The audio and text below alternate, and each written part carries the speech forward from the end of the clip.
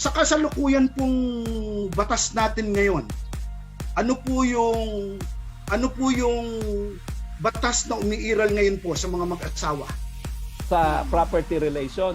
Opo, sa property Okay. relation po. Actually po sa batas, mayroon pong tatlong klase ng property relations na pwede pong sundin ng mag-asawa. Una po dito yung tinatawag na absolute community of property. Pangalawa po yung conjugal partnership of gains. At yung pangatlo po, yung total separation of property.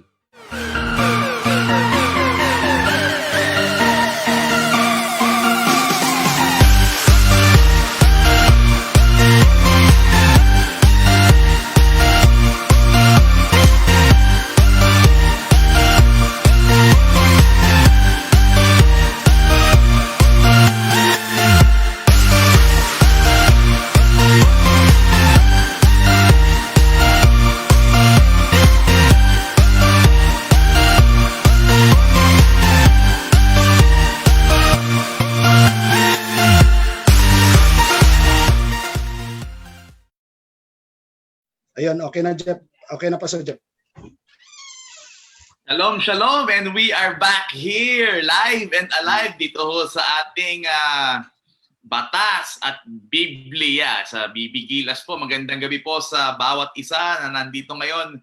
Good evening muna po sa lahat, Pastor June, Pastor Bal, magandang gabi po sa Good inyo. evening, good evening, Pastor to Jeff. everyone. Good evening. Good evening po sa inyo. Of course, magandang gabi muna. I-shout out mo natin itong mga early tuners natin. Ano? Si Okay. Tonet Kalimbas Blas. Wow, lagi yan, lagi. Po, Be Cool, Lana. Wow, Be Cool. Taga Bicol po ba kayo? Bicolana talaga yan, Pastor Jeff. Bicolana. Bicolana. Bicolana talaga yan. Si Sir Obet Roberto, magandang gabi po sa inyo. Robert Damaso, magandang gabi po. Yeah, si Brother Sheila Robert. Escartin. Mga regular viewers natin yan. Regular viewers natin. Yes, si Good Mary. evening, Si good Rosemary evening. Alvarez. Pangalawang ano niya to, account to ha. Peke ko siguro to. Maria Josefa Suatico, good evening po sa inyo. Of course, Good si evening Ma'am po. Liana, good evening po sa inyo. At keep sharing and tagging to your family and friends. Ano? Bam Zhao Lao. O ba, may foreigner tayo. Bam Zhao Lao. O ba, kung taga saan bansa po ba kayo? Where are you from? Where are you from? Pwede ko kayong mag-comment. Marcel Galo. Ayan. So, napakaganda ho ng ating topic ngayong gabi. Ito ho yung one of the most requested topic ho dito sa atin sa pinag-uusapan natin tungkol sa batas at Biblia. Ang title natin ay Marriage, a relationship to enjoy or to endure. Yun, no? Talagang kakaiba yan, Pastor Jeff. Actually, pangalawa na natin to. Most requested to kasi yung una, hindi lahat nakapanood.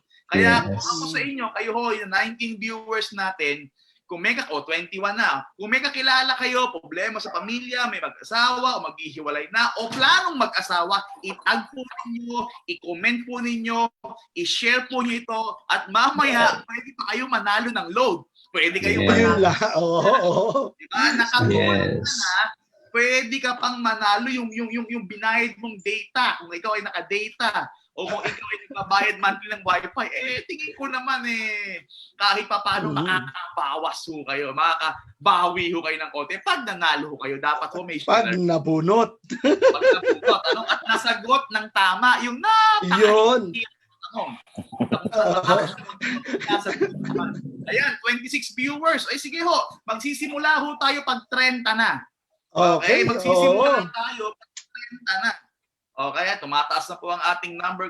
Ulitin ko ha, kung may kakilala kayo na mag-aasawa o matagal nang may asawa na may problema sa pamilya, laging nag-aaway, may kamag-anak kayo, kaibigan, kapatid, church member or kapitbahay, o kahit kagalit ninyo.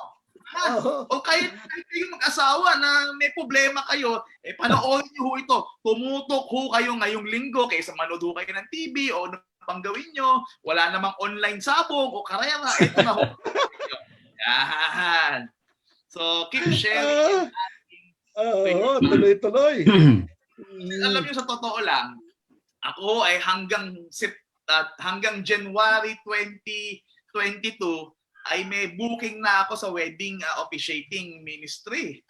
No? Oo. Halos no, bang na-move because of pandemic eh. At lagi kong sinasabi ito, what God has joined together, let no man separate. Ano mang ipinag-isa ng Diyos, ay huwag paghiwalayin ng kung sino man o ng anuman. Paano pag may problema na? Sa umpisa, yung mga kilig moments ng relasyon, talagang ang sarap niyan eh. No? Yung mga boyfriend, mag-girlfriend, ang sarap talaga niyan eh. Pero pag nagsama na kayo sa iisang bubong, wala na yung kuryente. Wala na yung spark.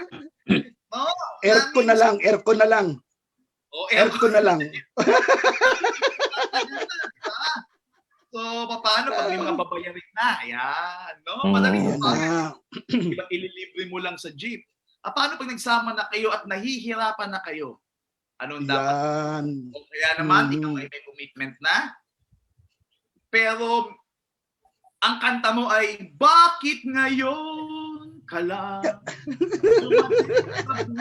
Go. Anong dapat kong gawin? Ayan, kung kaso niya yan, itag po nyo ito, i-type nyo, i-comment nyo yung pangalan ng kaibigan nyo, okay lang po yan, nakakatulong na kayo, alam na kayo. Okay ba yun? Sige, so thank you very much, Pastor Jeff, no? Talagang sa introduction pa lang natin, nakaka-excite na, no? Pero i-shoutout ko lang yung mga hindi pa natin na shoutout, no? Si Ann Margaret, no, Espirito is watching. No, si Dondon. Si Dondon De La Cruz is watching. Si Cel Amerna is watching. Wow, yung aking biyanan, yung aking mabait na biyanan, si Mama Pebi Orozco is watching. Thank you very much, ma. Wow, si Pastor Anton. No? Dami po. Ay, kumari ko taga Dubai, nanonood. From Shekinah Glory, Dubai. Mama Rilu Garcia de Dios, good evening po. Good evening from watching Dubai. Din yung ating isang co-host, no, na ngayon ay nanonood lamang, no, walang iba kundi si Ate Evelyn, si Ate Ganda. Oy. Stay tuned po kayo, Ate Ganda. Huwag po kayong bitbitaw. No, pag nasagot niyo, pwede kayong manalo ng load. Yeah. So, tuloy-tuloy lang po tayo, no? Tuloy-tuloy tayo sa pagtutok, no? Hanggang sa matapos po ito, ha? Okay, so watching po si Christine Jacob, si Pastor Anton, no? At yung mga iba pa po, no? Okay. So, sige po, no? Ang tanong po natin ngayong gabi, ang tema po natin ngayong gabi, marriage, no? A relationship to enjoy, to enjoy or to endure. To endure. So sige, tayo po ay nagpapasalamat, no? Sige, so Pastor Jeff, siguro pabatiin na muna natin yung ating pangdalawang kasama na hindi bumabati, si Pastor John saka si attorney. No? Bago tayo, ayun, nanonood na. Magandang gabi po sa lahat. Welcome ulit sa ating lingguhang talakayan. Excited din ako. Excited kagaya po ng lahat ng aking kasama. Magandang gabi po sa lahat ng aking mga kasama, kamanggagawa, Pastor Attorney, Pastor Bal, Pastor Jeff, si Ate Evelyn na nanonood ngayon. God bless po sa atin at nawa ay marami po tayo talagang matutunan at ma-apply sa ating mga pag-uusapan this evening. God bless po. Ayan, salamat Pastor June. Of course, bago ko ibigay kay Attorney, sa tuwing nagkakasal ako, sinasabi ko, ang kasal ay ang Diyos mismo ang gumawa. At kalooban ng Diyos na ang babae at lalaki ay ikasal sa ngalan niya at sa batas nating Pilipinas, sa batas natin sa Pilipinas. Marriage is the inventor of marriage is God. Wala nang ibang nag-invento nito, hindi ang batas ng tao, kung hindi ang Diyos mismo. Pero kung minsan kailangan pumasok ang batas ng tao, pagka merong konting problema na, at hindi lang konti, malaking problema na, hindi sila nag-i-enjoy. Ginawa ng Diyos ang kasal para mag-enjoy. Paano pag nag-i-enjoy na? Attorney,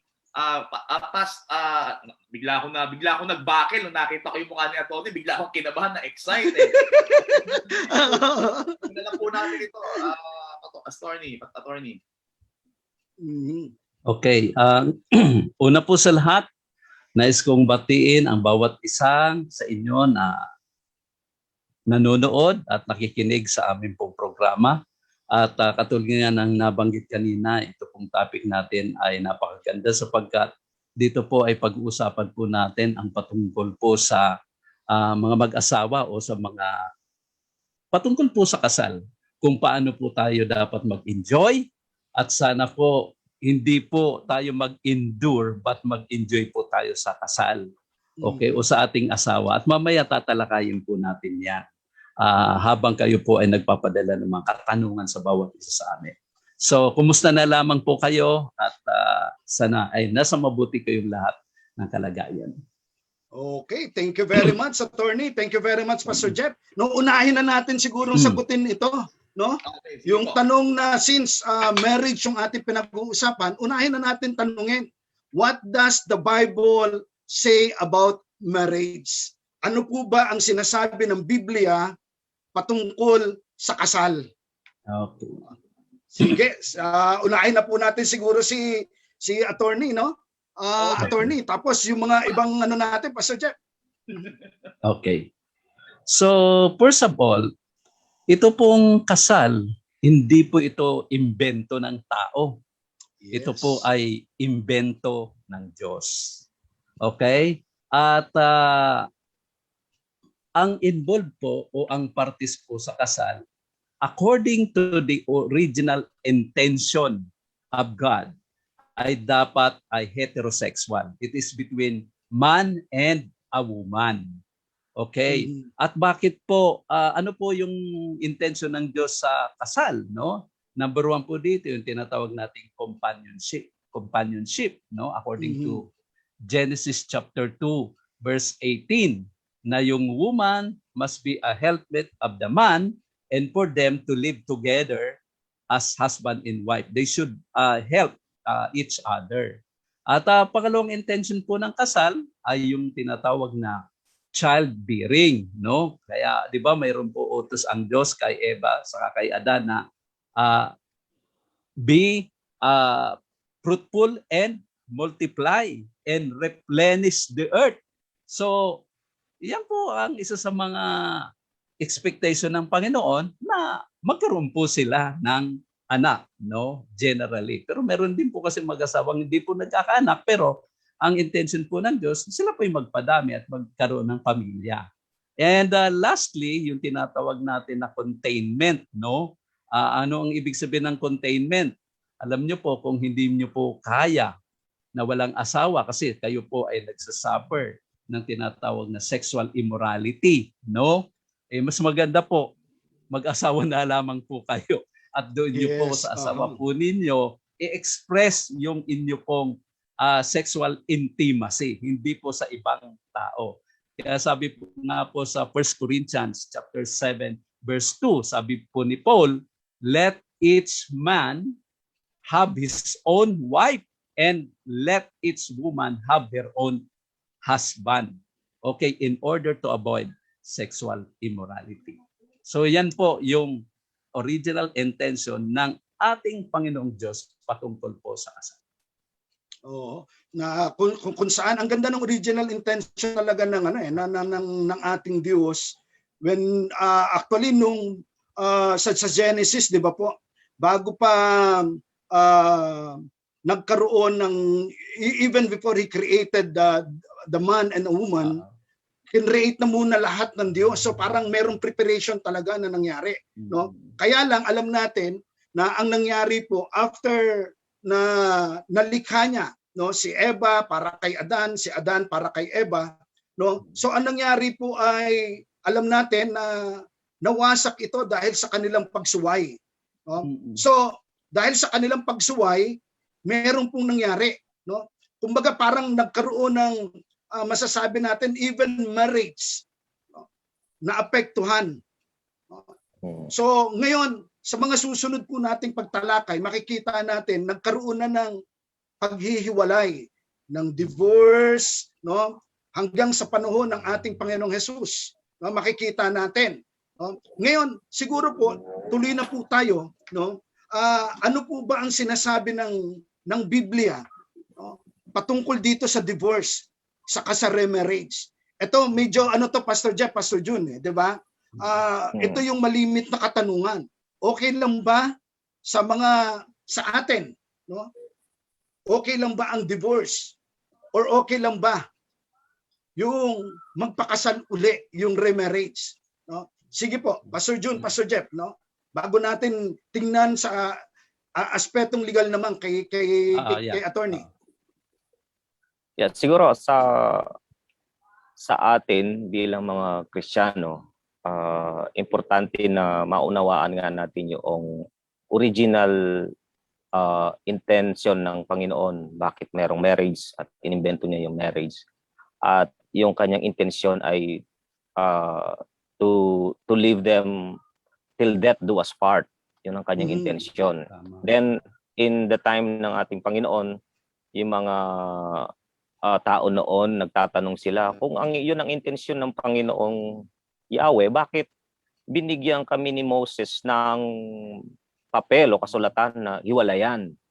So parang inaalaw ni Lord na, sige, hiwalayan yung asawa ninyo kung in a certain circumstance na hindi kontrolado. So parang kalooban din ni Lord, parang yung sinasabi nila. Pero malinaw yung sagot ng ating Panginoon na it is not the intended meaning, because the Lord is very clear na I hate divorce, sabi niya, even sa Malachi and other part of the Bible. I hate divorce, sabi niya. Kaya lang, sagot niya, dahil sa katigasan ng ulo ninyo.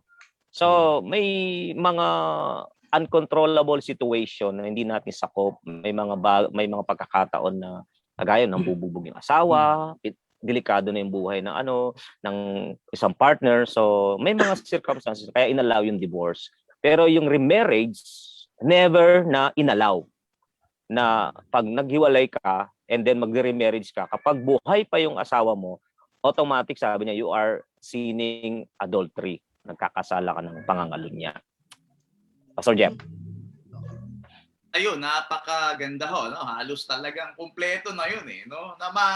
Naintindihan mo kasi kung ano talaga yung idea ng Diyos tungkol sa kasal, no? Ang marriage is God's idea and one of the sacred institution He built to reveal who He is. From Genesis to New Testament hanggang sa Revelation, nandun siya sa kasal Sa Genesis, siya yung nagkasal kay Adam and Eve sa garden. At walang bianan nga si Adam, di ba? At napaka-blessed ni Adam. Sa New Testament, ang unang kanyang public miracle sa John chapter 2 ay sa kasal din. Yung kanyang debut sa kanyang public miracle sa wedding. And sa Revelation, siya na yung involved sa wedding. Siya na yung groom. At tayo naman yung bride. So, ito yung clear picture kung ano talaga ang Diyos sa atin. So kung kalooban ba niya ang divorce, sabi nga ni Pastor Jun kanina, hindi niya to perfect will. Ito yung tinatawag na permissive will of God. No? Kasi nga, may mga, in every law, there is an exemption. And in every exception, there is a law. Kaya sa tingin ko, mas maganda yung batas ng Biblia, ng batas natin, Pastor Attorney, magandang ma-issue na yung batas na yan. Okay. Sige, okay, attorney. Gusto ko rin pong mag-share patungkol po sa divorce, no? Whether or not ito ba'y inaalaw ng ating Panginoong Hesus o ng ating Diyos sa sitwasyon po natin o sa ating pong generation. I agree po doon sa sinabi ni Pastor kanina na talagang God hates divorce. Kasi katulad nga po ng nabanggit ko kanina, ang original intention ng Diyos ay permanence in terms of our marital relationship for life. In fact, sa marriage po, you are stuck for life. No? Okay, yan po ang original intention of God. But sa katulad nga po ng nabanggit kanina, dahil nga po sa katigasan ng ulo o sa sinfulness of man, inhayaan po ni Moses during the Old Testament na magkaroon po ng diborsyo ang mga tao o ang mag-asawa noon. Pero sabi ni Jesus, hindi daw talaga yan ang gusto ng Diyos from the very beginning. Pero ngayon, mayroon po ditong tinatawag. Paano kung i-allow ng Diyos o allowed ang divorce? Okay. Ang tanong, pwede ba yung divorcee mag-asawa uli? So we are now talking about remarriage. Okay. Actually, ito pong issue ng remarriage after divorce ay isa po itong debatable issue. Iba-iba po ang pananaw ng mga theologians dito, no? Mga evangelical theologians, pati po ng mga pastor. Mayroon pong naniniwala, katulad nung nabanggit kanina ni pastor, na hindi daw po allowed ang remarriage after divorce, otherwise you will continue sinning the sin of adultery. Pero meron naman pong iba na naniniwala na pagbalid po yung divorce, allowed po yung remarriage. Ngayon, siguro alamin po muna natin, ano bang divorce na allowed ng Bible? Actually, nabanggit po yan sa Matthew chapter 19, no? Verse 8. Nung sinabi ng ating Panginoon si Kristo, actually in verse 9, sabi doon ng Panginoon ni Kristo, I tell you that anyone who divorces his wife except, sabi dito except for sexual immorality and marries another woman commits adultery. So dito makikita po natin na ang divorce sa New Testament, according to Jesus, allowed lamang po kung yung offender spouse, yung asawa, ay nagkasala po ng tinatawag na sexual immorality or ito pong moral chastity po ito, sexual chastity, no? Yan po ang pagkakasala niya. Okay, pwede daw pong mag-divorce. At ang pananaw po ng mga ibang theologians dito, pag valid ang divorce, kasi ang ground po ay sexual immorality, okay, or porneia, ang tawag diyan, pwede daw po na mag-asawa po uli siya. At kung mag-asawa uli po siya, hindi daw po siya nagkakasala ng tinatawag na adultery. Pero kung yung paghiwalay nila ay wala pong kinaglaman sa tinatawag na sexual immorality, ay hindi po pwede daw na mag-asawa, okay, yung divorcee. Otherwise, kung mag-asawa daw po siya, magkakasala po daw siya ng tinatawag na adultery. So yan po yung pananaw, no? Kasi debatable po itong issue ito. So maganda po, no? Makikita natin halos yung bawat aspeto ng divorce and then issue ng remarriage. Nakita natin nagkaroon tayo ng parang basis or grounds, no? Nagkaroon tayo ng parang papaano tinitingnan ito ng iba't ibang mga theologians, ng iba't ibang mga pastor. Yes. No? So since pinag-uusapan po natin ngayon yung divorce, no? Pinag-uusapan din natin yung remarriage, no?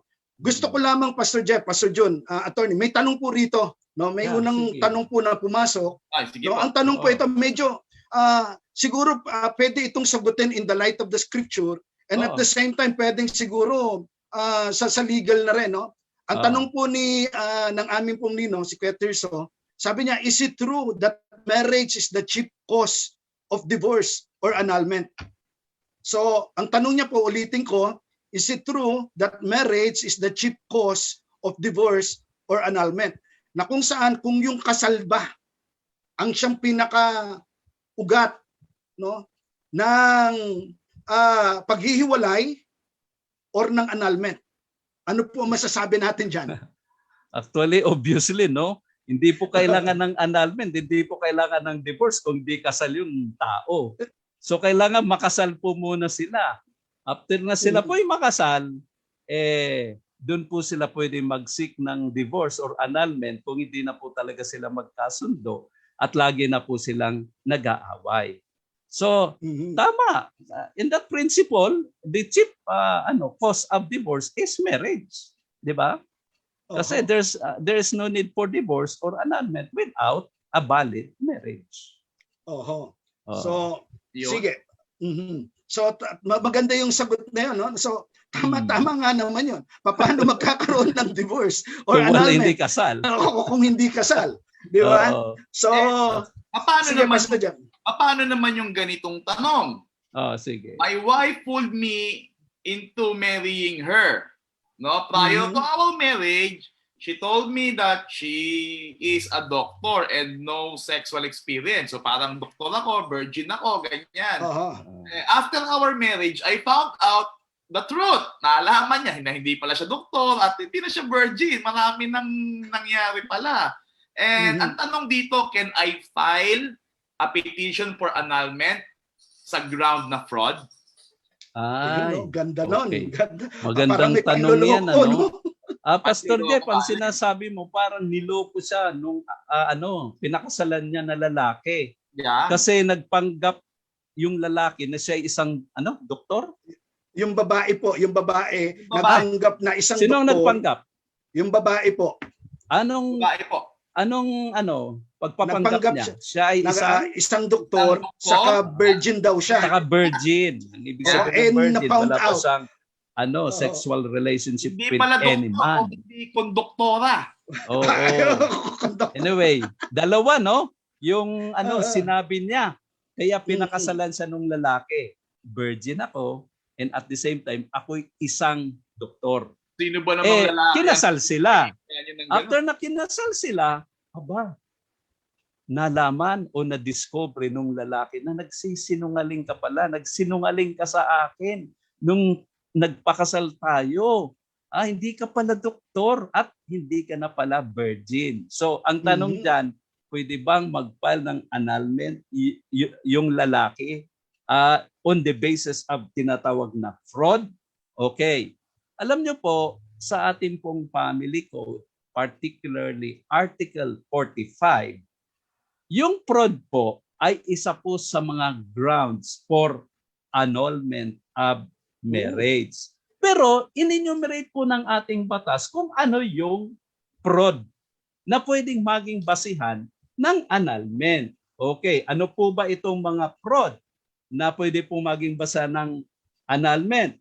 Kasama po dito yung non-disclosure of a previous conviction by final judgment of the other party. So for example, yung pinakasalan mong lalaki, siya pala ay convicted ng isang krimen. Sabihin natin, murder. Nakulong siya. Tapos nakalaya siya. Ngayon, hindi sinabi nung lalaki na siya ay isang ex-convict. So, nagpaksal sila nung babae. Inalaman nung babae after marriage na ex-convict ka pala, hindi mo sa akin sinabi. Fraud po ang tawag doon. Pwede pong maging ground ng annulment po yun. Okay? So, paliwanag ko na po, no? Another fraud yung babae. At the time na pinakasalan siya ng lalaki, buntis pala siya sa ibang lalaki. So, kinonsil niya po yun. Itinago niya na buntis siya sa ibang lalaki. Pinakasalan siya ng lalaki na hindi na alam na buntis pala sa ibang lalaki. Pag nalaman niya yon after marriage, pwede po niyang paanal yung kanilang kasal kasi meron pong concealment on the part of the wife at the time of the celebration of marriage that she was pregnant by a man other than her husband. Okay? So, pangatlo, yung tinatawag na concealment of sexually transmissible disease. Mayroong AIDS, for example, or venereal disease, no? Yung babae o yung lalaki, at the time of the celebration of marriage, hindi po niya sinabi yan doon sa kanyang mapakasalan. Na-discover after the wedding na mayroon palang AIDS yung pinakasalan niya, pwede po siyang mag-file ng annulment on the ground of fraud or on the ground of concealment. Okay, at concealment involving drug addiction, habitual alcoholism, pati po itong tinatawag na homosexuality and lesbianism. Halimbawa, yung pinakasalan mo, lesbian pala o homosexual. Hindi mo alam nung pinakasalan siya na bakla pala siya. Nalaman mo nung mag-asawa na kayo na bakla pala siya. Hindi yung sinabi sa'yo. Pwede ka pong mag-file ng tinatawag na annulment on the ground of concealment. Okay. Ito lamang po ang 4 na dahilan na pwede pong mawalan ng bisang ang kasal on the ground of fraud or concealment. Hindi po dito kasama yung concealment regarding, number 1, character of the person. Nung nanliligaw, ang bait-bait, ano? Pero nung mag-asawa na, grabe, sinungaling pala. No? Ang sama ng ugali. Hindi mo pwedeng pailan ng annulment yan just because ang sama pala ng ugali nung Nagbago, napakasalan mo. parang nagbago. Hindi na sinabi na siya ay sinungaling. Hindi po yun ground, yung character, concealment of character. At ito pa, concealment of health. Nung pinakasalan mo yung babae o yung lalaki, sabi mo, in good health ka, yung pala, meron kang asthma, meron kang diabetes. Yung concealment ay hindi po yung ground of annulment with respect to concealment of that particular health. Kasama na po dito yung tinatawag na rank. O pwede pong military officer daw siya o presidente daw siya ng isang kumpanya, ng isang bangko. Hindi po yung ground of annulment, yung concealment with respect to rank. Kasama na po dito yung fortune. Aba, nung nanliligaw, ang sabi, ang yaman-yaman daw niya. Siya daw ay tagapagmana ni Marcos at marami daw siyang pera sa bangko. Aba, nung nagpakasal, pulubi pala. Walang kapera-pera. Yung coaching ginagamit pag nanliligaw, hiram lang pala sa kaibigan. Di ba? Naloko yung babae, kaya nagpakasal. Hindi po yun ground ng annulment with respect to concealment of fortune. At kasama na po dito yung concealment of chastity. Hindi po ito ground ng annulment. Halimbawa, sabi ng babae, wala akong experience, virgin ako. Ay talaga, pinakasalan ng lalaki. Aba, yung during the honeymoon, na-discover niya na hindi na pala virgin. Nagalit yung lalaki. Magpapala na ako ng annulment the next day. Hindi po pwede. Concealment of chastity is not a concealment allowed by the law for the purpose of filing an annulment of marriage. Ayun. Malinaw ho ba? Pastor Jeff, ang linaw, no? Kaya lang, Malinaw, attorney, malinaw. paano kung sabihin ng babae, hindi mo lang nakita. No? Medyo lumuwang lang yan kasi kababike. Di ba? Yes, po. Hindi ko naman sinabi na doktor ako, medical doctor. Ang sabi ko, medical ako ng ganito. O, di ba? Sige. So, tuloy-tuloy tayo. Okay, sige po. Pastor Jeff, May tanong. sige. Sa ating 32 viewers ngayon, free legal advice ho ito. Pwede ho kayong magtanong. Yes. Kagaya, Sige po. paano yung asawa kong babae ay sumama, kasal kami, tanong niya, ay sumama sa tomboy. Anong ikakaso niya sa asawa niya at doon sa tomboy? Sumama. So, ibig sabihin yung asawa niya, tomboy din, di ba? Sumama sa tomboy. Okay. Alam niyo po kung ang ibig sabihin, umalis sa bahay at ayon na pong makisama nung kanyang asawa sa kanya. Di ba? Maaari po. Yun po ang sinasabi. Okay. Ngayon, ganito po yan. Pwede pong i-consider po yan na sexual infidelity or sexual perversion. Kung sakaling yung asawa niya saka yung tomboy ay mayroon pong sexual relationship. Okay? Pero po yung tinatawag nating sexual infidelity or sexual perversion, hindi po siya ground ng annulment. Ground po siya ng legal separation. Okay? At alam naman po natin ang legal separation, hindi po nawawalan visa yung kasal. Kasal pa rin sila but they are allowed by law to separate from bed and board. Pwedeng hindi na po sila magsama. Okay? So, legal separation lang po yun. Ha?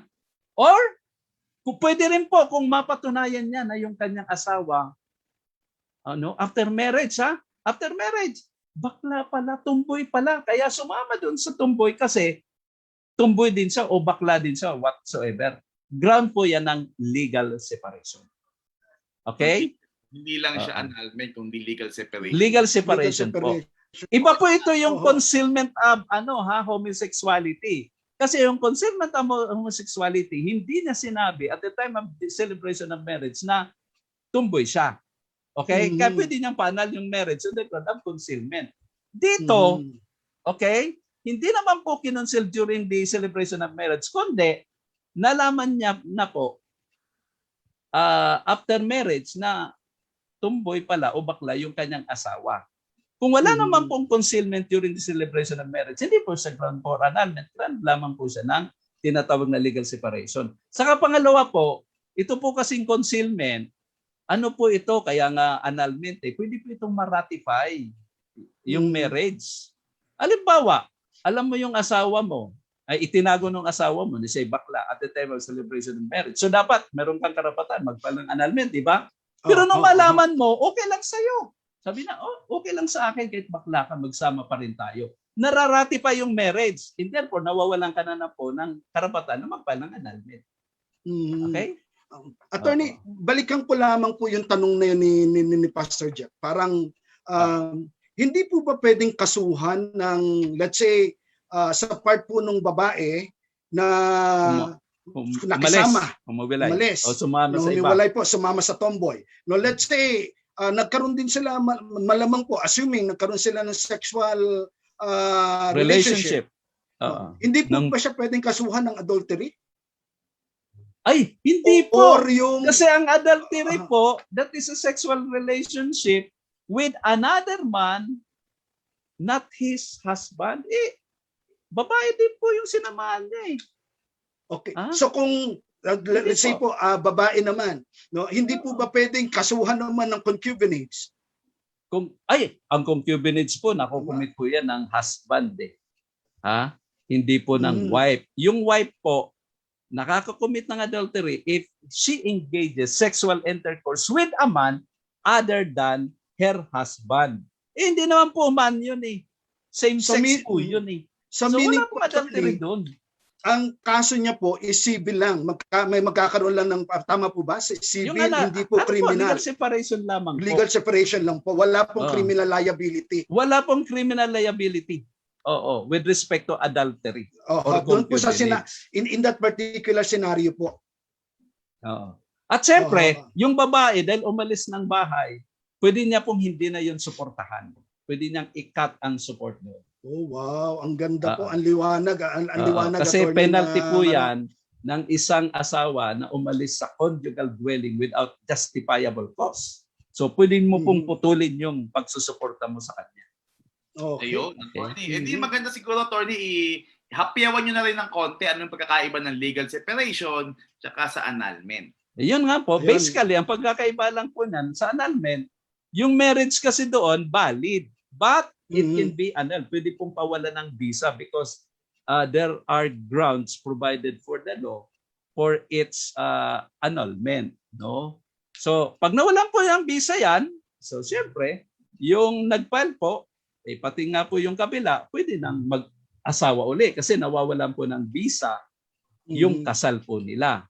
And at the same time po, yung annulment po, siyempre, nandun na po yung dissolution ng kanilang conjugal relationship, property relationship, pati po yung bata, kung meron po mga anak, pwede na pong paghatian po nila. Okay? So, yan po yung mga epekto ng annulment. Hindi katulad po ng legal separation, you remain to be married with your separated or estranged husband or wife. Kasal pa rin po kayo. Kaya hindi po kayo pwedeng mag-asawa ulit. Kundi ang epekto po ng legal separation, pag legally separated po kayo, pwede na pong hindi kayo magsama sa isang bubong. At pwede ka na pong umalis, tumira sa ibang bahay na hindi ka po pwedeng i-compel ng batas na bumalik doon sa asawa mo. That's number one. Number two, nawawalan din po, na-dissolve din po yung conjugal relationship po ninyo, kung absolute community property, yan po i-dissolve, magiging separation of property na po. At kung may anak po, yung bata, i-award po sa nanay kung under 7, at kung over 7 years old, pwede po mamili ang bata kung kanino sasama. Okay? So yun po yung mga epekto. At siyempre, yung support, nawawala na rin po yung support. Okay? Unless yung guilty party, meron po sa obligasyon mag-support doon sa innocent party. Ito naman pong tanong na to, Pastor Bal, siguro something theological to. Tanong to ni Sir Robert Damaso. Is remarriage based on Matthew chapter 5 verse 32 allowed only for the offended party or it is extended to the offending party? Yeah, magandang tanong. Magandang tanong yan. Ah. Okay. Sige, sino yung unang gustong sumagot? Pastor Jun o Pastor Jeff? Sige. Anong tingin ninyo doon sa Matthew chapter 5? No? Ako very clear kasi doon di ba? Ang sinasabihan doon yung cause ng ng infidelity, di ba? So pag tiningnan natin yung explicit implication of the verse is of course yung kumbaga yung may authority lang o kumbaga parang mayroong opportunity na mag-asawa uli yung offended party. Di ba? Hindi yung offending offender, kundi yung offended party. Kasi pambihira kung pati yung offender magkakaroon siya ng parang isa pa sa mga para magiging sabihin natin na parang magiging bunga ng kanyang kasalanan yon o pagkakamali niya, parang yung spirit of the law na parang pag tiningnan natin is makikita natin na parang doble-doble naman. Magkukumit na lang ako ng infidelity para para makapag-asawa ako, no? Yun sa akin on the basis of explicit implication of the verse. Basahin natin. Ito. Basahin natin pa sa Matthew 19. Sorry po. Sige po. Sa verse Matthew 5. Yung tanong niya no? Matthew 5. You that anyone who divorce his wife except for sexual immorality makes her the victim of adultery, and anyone who marries a divorced woman commit adultery. So maliwanag dyan. Sino yung divorced dyan? Sino yung divorced woman dyan? Siya ba yung nag-commit ng adultery? Hindi. Actually po, ito ang pananaw ko dyan. Yung complainant dyan, yun ang innocent party. Okay? Yung respondent dyan, yung woman, yun ang nag-commit ng adultery. Kaya nga, i-divorce siya nung lalaki. Okay, so, ang sinasabi dyan, pag yung woman, okay, nag-asawa, yung magpapakasal doon sa woman na yun, mag-commit siya ng adultery. Kasi pinakasalan niya yung offender, yung nag-commit ng sexual immorality. Nakukuha po ninyo. Pero po yung complainant who is an innocent party, pwede po siyang mag-asawa uli. Hindi po siya mag-commit ng adultery kung siya po ay mag-aasawa uli. So, sa madaling salita, ang allowed po ng remarriage ay yung innocent party. Yung guilty party, yun po ang hindi pwedeng magpakasal uli o mag-engage sa tinatawag na remarriage. But anyway, I'm saying, debatable issue pa po ito ng mga theologians o pati po ng mga pastor. And then, yung solo ground po is... Yung solo ground, dapat under that sole ground of marital sexual immorality. Sexual immorality. Kasi outside that, hindi po i-recognize ng ating Panginoon na valid yung divorce kung ang reason ay hindi po sexual immorality. Yung para bagang kagaya ng topic natin, attorney, yung parang hindi mo lang ma-endure. Iba yun.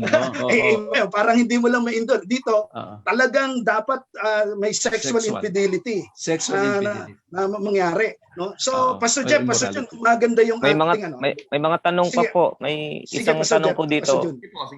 Medyo mahaba ito no? Yung babae po ay kinasal sa Pilipinas and then nag-migrate sa Canada, dinivorce doon yung kanyang asawa. Ngayon single po siya, may mga anak. Ngayon meron po siyang boyfriend na Pilipino. Ngayon gusto daw po niyang magpakasal. Kailangan pa po bang i-annul niya yung kasal niya sa Pilipinas before siya naging Canadian citizen para mapakasal sa boyfriend niya ngayon na Pilipino din? Okay. Sasagutin ko po yan pero medyo little bit complicated siya, pero kailangan ko po ng complete na facts doon po sa kanyang tanong. Pero ako na po ang magbibigay, magsusupply po ng mga facts by giving you a hypothetical case. Okay. Magbibigay ako ng hypothetical case. Si A and B, mag-asawa sa Pilipinas. Nagpakasal sila dito. Si A lalaki, si B ang babae. Okay, napakasal sila. Ngayon, si B, pumunta ng Canada. Okay? Naghiwalay sila eh. Pumunta siya ng Canada. Pagpunta niya po sa Canada, okay, nag-apply po siya ng tinatawag na Canadian citizenship. At naging Canadian citizen po siya. After na maging Canadian citizen siya, dinivorce po niya si A, yung asawa niya sa Pilipinas. Ay allowed po yun. Pwede po yan sa Canada kasi may divorce law doon. Na-divorce niya yung kanyang asawa sa Pilipinas. So after divorce, umuwi po itong si B, yung babae, sa Pilipinas.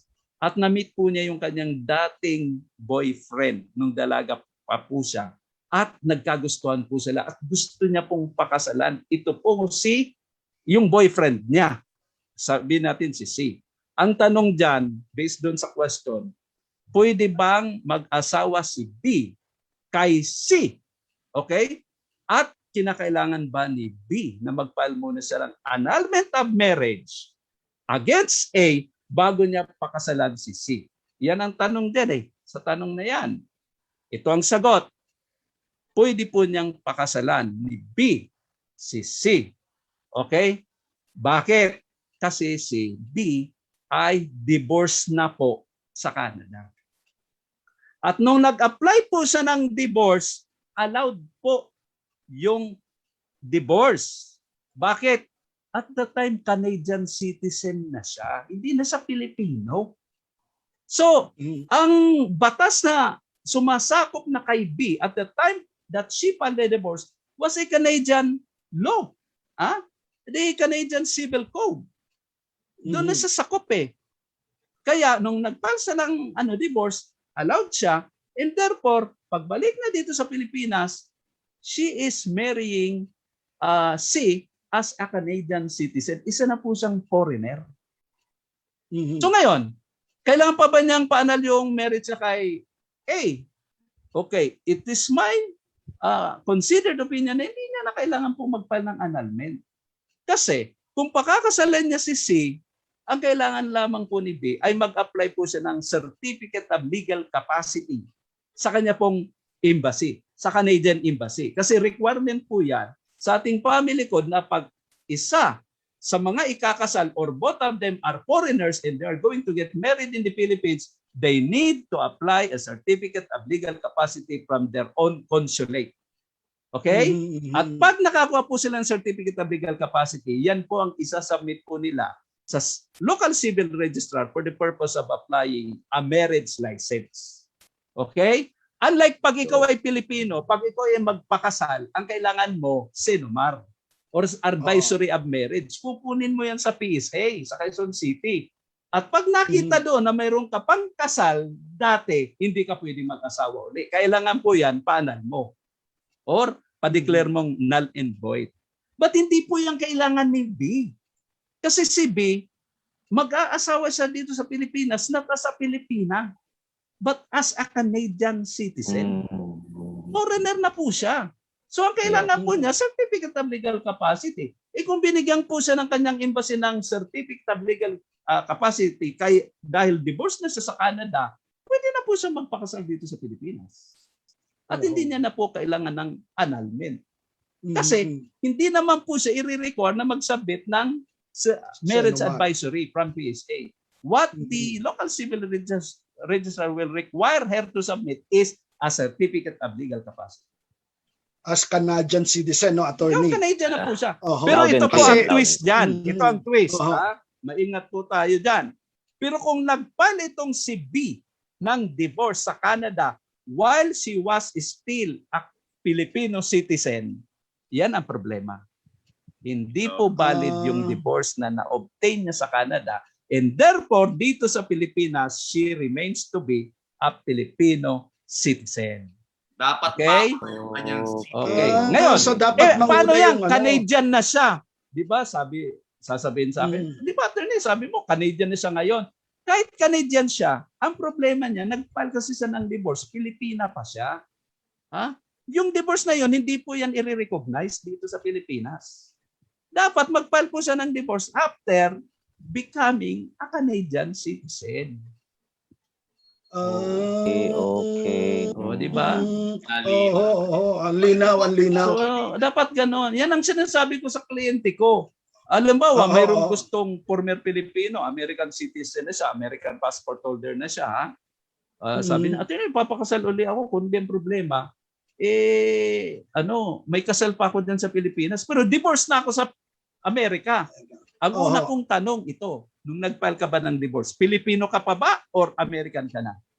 Pag sinabi ng Pilipino pa po, hindi ka pwede. Kailangan paanal mo yung marriage mo dito. Kasi hindi pwedeng i-recognize ang divorce mo dito sa Pilipinas. Paano po, attorney, kung ang gagawin, halimbawa, so nung nag-file siya ng divorce, assuming Pilipino pa siya, kung uulitin niya po, magpa-file uli siya ng divorce, American citizen na siya. Mahirapan po siya kasi allowed lang po ang isang divorce sa Amerika eh. Isang divorce lang pala po. Hindi na siya makakapag-file uli ng panibagong divorce kasi nag-file na siya dati. On the same marriage po. Oo, on the same marriage. Okay. So, ayun, yung uulitin niya, ang kasi linaw. mali kasi yung ginawa niya, nag-file siya before eh. So, Hindi na po talaga, siya makakaulit sa Amerika. may mga twists, may mga technicalities din. Pero ngayon, sa tingin ko, Pastor June, Pastor Bal, ay magandang masagot natin to. Kasi ito ay humihingi ng advice. Okay. On Pastor, what hope or what would you offer sa isang stress wife o sa isang stress husband who is now disappointed in their spouse, frustrated with their marriage, and now is considering annulment or legal separation as an escape of frustration? Ano daw, humihingi ng payo. Pastor Bal, ano yung maipapayo natin? Pastor, Sige, mga pastor kasi natin. actually, ang ganda ng ano yan eh. Actually, pasok na pasok yan sa topic natin. Diba? A marriage is a relationship to enjoy or endure. Nandun na sila sa nandun na sila sa point ng enduring the marriage. No? Maaring tapos na sila doon sa situation ng they enjoy the marriage. No? Pang-closing ko sana to eh. Pastor Jeff, Pastor June, attorney, no? Diba? Ikaw close mo na, Bala ko nang i-close eh. Kaya lang ang dami pong tanong. Kukulanin pa tayo actually sa oras natin, no? Ano yung hope, ano yung pag-asa? Ano yung pwedeng pag-asa payo na pwede nating i-suggest, no? Yung for me yung marriage hindi lang hindi lang falling in love with your spouse, no? But also standing in love with your spouse. Yung falling in love, yung everyday parang ang ganda, puro yung ganda lang ang nakikita mo.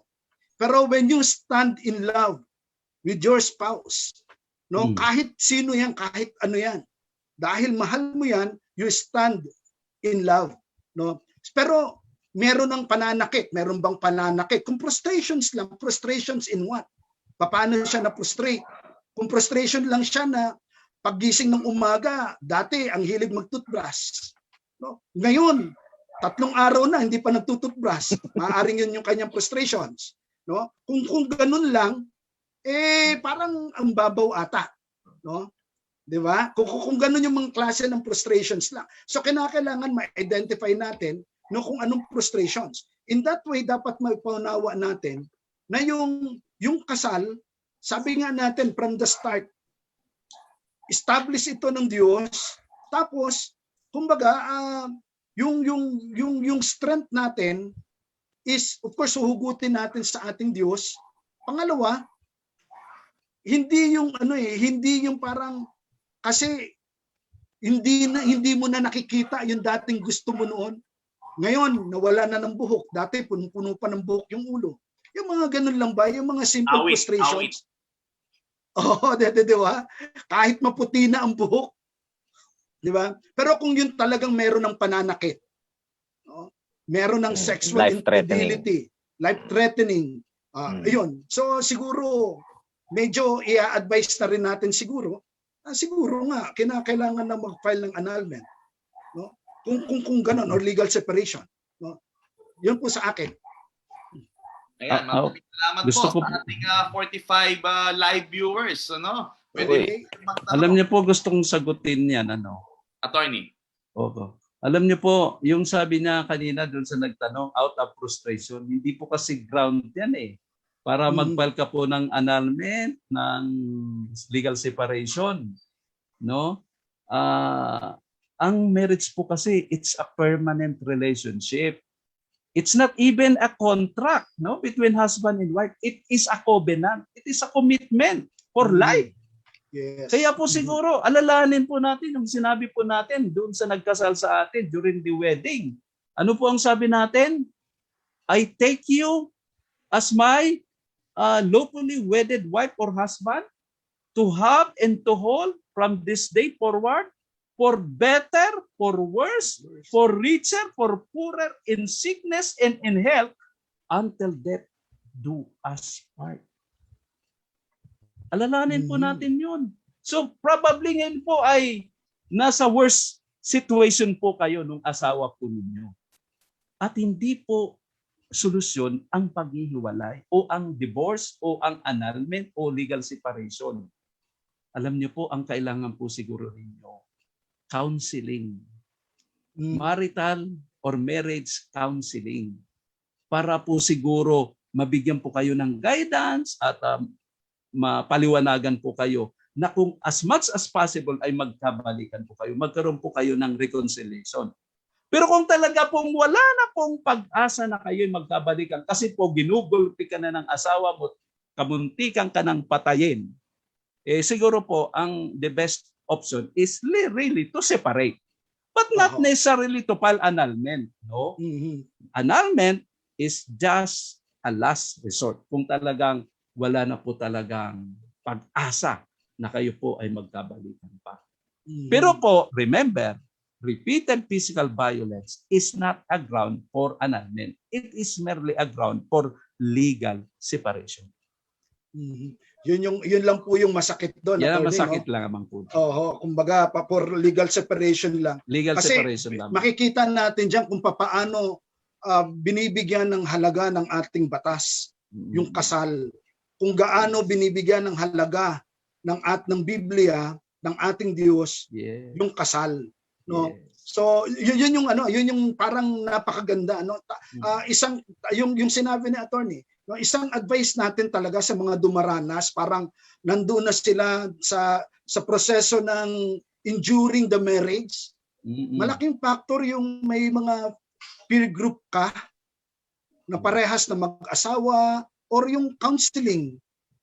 Yung talagang no, kasi makakatulong yun, makakatulong. Tapos yung space, no? Yung space talaga malaking bagay yun eh, no? So I hope, at alam natin attorney, alam natin Pastor Jeff, Pastor Jun, na marami sa mga nanonood sa atin ngayon, no, na talagang kumbaga maaring dumaranas ngayon ito at hindi nila alam kung ano yung kanilang gagawin. Yung napapanahon na kumbaga saan sila pupunta. No? Isa pa sigurong advice po natin, attorney, nang pwede kong masabi, humanap kayo ng couple o mag-asawa na parang sinubok na ng panahon. Diba? Pwede kayong magtanong na sinubok na ng panahon. Kumbaga talagang humanap kayo nandyan yung mga pastor. No? Nandyan yung mga sabihin natin, yung mga ninong at ninang natin, yung ating mga biyanan. Yeah. Yung ating mga magulang. Yeah. No? Hindi ako naniniwala personally, no, hindi ako naniniwala na yung kumbaga kasi 'di ba lagi natin naririnig na parang minsan nagiging problema ang mga biyanan ng mga in-laws, no. Ako hindi I don't agree with that, no. Lalo na kapag mga manggagawa, no.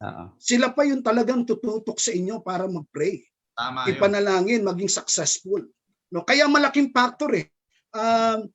Pastor at attorney, mga pastor, yung tanong natin, no?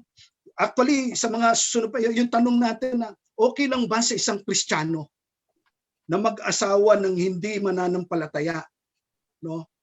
O makipag-date sa hindi mananampalataya, no? Pero bago 'yon, may tanong dito, attorney, no? Siya po ay nasa ibang bansa. Oo. Yeah. Pwede raw po ba siyang mag-file ng annulment of marriage kahit nagtatrabaho siya sa ibang bansa? No, marami tayong nanonood kasi mga OFW, no? OFW. Opo. Okay. Ganito po yan, no?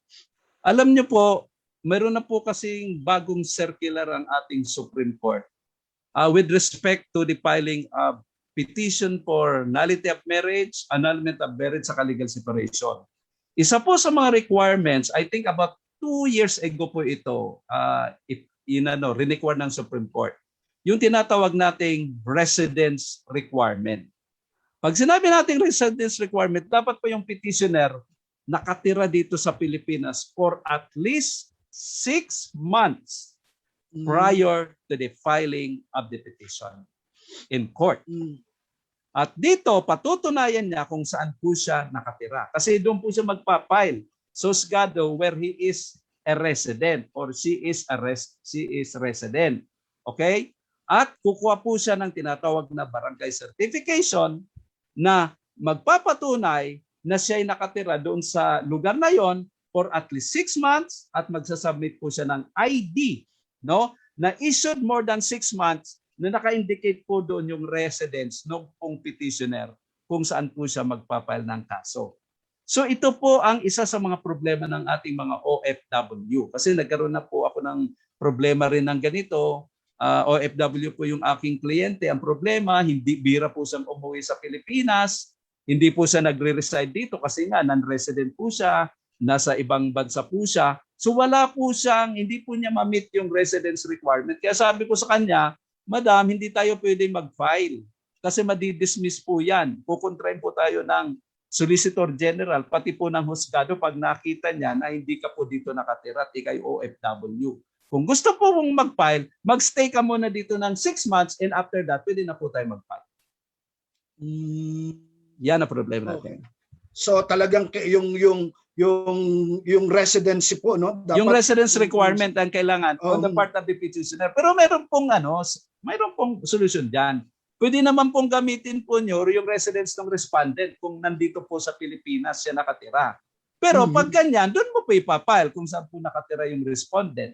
Halimbawa, ikaw ay nagtatrabaho sa Dubai, yung asawa mo nakatira dito sa Quezon City. O gamitin mo yung residence ng asawa mo sa petition. Quezon City, doon mo siya ipapile. Yung kaso. Ngayon, hindi na po kailangan ng requirement of residency, di ba, part of the petitioner, kasi pwede mo naman pong ipal yung kaso doon sa residence ng asawa mo na nandito sa Pilipinas. Ayun, Pastor Jeff, Pastor John, ano? Pinakita ni attorney yung hindrance, pinakita niya rin yung possible yung solusyon. No, ang ganda, no? Ang ganda nung ganda nung nakikita natin, the civil case or sige. So marami pong nagsasabi rito, GCash from France. Ay ano to? Sakto ito, hindi ko alam kung ano ito. Di ba? So papatingin ko lamang. Sakto kasi yun yung pagtingin ko sa monitor ko. Salamat okay. Po. Bless the city. Mariped de la Cruz is watching. Thank you for watching. Shout out muna tayo. Shout out. Sige. So marami po yung isa po si Sheila. Thank you very much, attorney. Marami po kaming natututunan. No, thank you very much din po sa mga pagtutok ninyo. Salamat po. Okay. So ganito po, naku patay. 9:00 na po, no? Ang bilis. Siguro ang bilis part 3? Part 3? Baka magkaroon tayo ng part 3 nito. No? Ang dami pong question. Sige. Sige, allow natin. Sa 44 viewers natin, mag-type lang kayo ng yes. Kung gusto niyo ng part 3, pwede ho to next week pa. Yeah. Para at least ma-cover natin yung ano. Okay. Sige, shout out ko rin muna si Sujan Sresta. Good evening, Kuya Sujan, no? Thank you for watching. No? Pero sige, bago tayo magpatuloy para medyo mapahinga naman ng konti si attorney, no? Mag-magic word na tayo, Pastor Jan. Okay, so umanda na po kayo, no? Ito na po yung inyong pagkakataon. Sabing ganun, yes, may sumagot na kagad, yes, parang nakahanda na. Yes, part 3. Yes po, part 3, no? Okay. ito po yung ating questions ngayon. No, kagaya ng pinag-uusapan natin kanina. No, mahirap talaga itong tanong na to. Lagi namang mahihirap. No? Sige po. Yung tanong po natin ay ito. No? Ang tanong! Okay, humanda na po kayo. Kailangan may sharer badge kayo ha para mag-qualify kayo dito, no? Sige, yung tanong po natin ay ito. Medyo mahirap pero madali rin, no, kung nanonood. No? Ano po ba ang ating pong topic ngayong gabi? Napakahirap. Ayos na. Dadali. Tama. Gandang tanong Medyo yan. mahirap yan. Kailangan matandaan nila yan. No? Hanggang sa Magandang dulo tanong. yan, ha? Sasagot yan. No? Okay? Sige, ang tanong po 6 word natin, yan, 6 ulitin word. ko. Oo. Litaw na litaw. Litaw na litaw. Nalitaw pa. Pinakita mo pa Pastor Jeff eh. Okay. Sige, ano po yung ating title o topic ngayong gabi? Sige, sagot na po kayo. Yes, okay. Sige, start na po. Sagot na po kayo. Okay. Sige, thank you very much. Thank you very much. Sige, Pastor Jeff, tuloy po tayo. Oy, ang dami nagsabi ng yes, ha? Ang dami nga, Oo, ang dami nga, ang dami. Oh, so, Shout out daw, Sujan Shireta. may Shout out nanonood po. from France. No, meron pang nanonood sa France, Pastor Jeff, no? Motelabu, Oh. Monsieur, Mademoiselle. Bonjour, bonjour. Bonjour. Kamusta kayo? Bonjour. Motelabu. Yeah. Okay. Di ba? Totoong French yun. Totoong French yun. Totoo ba yun? Ayun, Okay. akala niya lagi nagbibiro ako. Pero talaga. Oo, nasanay na kami nagbibiro eh. Sige, C'est beaucoup pour salé. Oh, yeah. Buko salad for sale. akala ko isekre ang porsale, Pastor. Oh, yung tanong natin na okay lang ba na mag-asawa o mag-boyfriend ng unbeliever? Ayun. Ano ba yung sinasabi ng Biblia dyan? O sabi ng 2 Corinthians chapter 6 verse 14, basahin ko to verbatimly sa NIV version, ang sabi ho rito ni Paul, do not be yoked together with unbelievers. For what do righteousness and wickedness have in common? Or what fellowship can light have with darkness? Sa akin, sa tingin ko, una pa lang, problema na yan. Kasi ang tanong lagi sa akin, pag magpapakasal, saan po kami magpapakasal? Siya ho ay Catholic, isa naman ay Muslim. Ang tanong nga kanina, bakit daw ang Christian tsaka ang Muslim ay magkaiba pa ng batas sa pag-aasawa, pero parehas namang Pilipino? May naiwan tayong tanong eh. So yung pa lang, pag hindi na kayo parehas ng panampalataya, problema na yun. Oo. So, maliwanag sa akin ang seko dito ay no. Okay. Oh, maliwanag dito. Pastor Jun, ano po masasabi niyo, Pastor Jun? Agree. Siya ang demotion. Aha. Siguro maging maliwanag sa lahat ng mananampalataya yung wag makipamatok. Kasi kapag yung nga parehong Christian along the way nagkakaproblema how much more kung hindi kayo parehas ng pananampalataya. Sigurado yan ay hindi ka mag-i-enjoy, mag-i-endure ka lang forever sa marriage kapag tsaka malaking problema mo sa father-in-law mo. Pag ikaw ay anak ka ng Diyos tapos yung isang kaano mo ay hindi anak ng Diyos. So problema yun sa father-in-law mo. Yes. Kaya talagang totoo na huwag tayong makipamatok, although it is out of context kung talagang titingnan natin, pero it is applicable na kahit sa practicality lang talagang. Pero kung halimbawang sinabi ni Lord kagaya ni Gomer, ni Hosea, go and marry a prostitute. Narinig mo kay Lord, why not? Kung yun ay special case direct. Yes, direct from God. Pero I don't think so na. Generally speaking, sinasabi niya Pastor Jun na wag sana o wag dapat. Kasi una problema agad sa may kakasal. Pangalawa, yung anak niyo ba bibinyagan, ihahandog, iaalay. Pastor, Problema talaga. Okay. Meron po akong gustong i-share dyan. Ayan, sige po. Meron pong masusing pag-aaral ang mga marriage counselors patungkol po sa marriage involving different faith. Hindi lang po ito yung Roman Catholic or Christian. Sabihin natin, ibang religion. Ano, Muslim, Christian ka. Diba?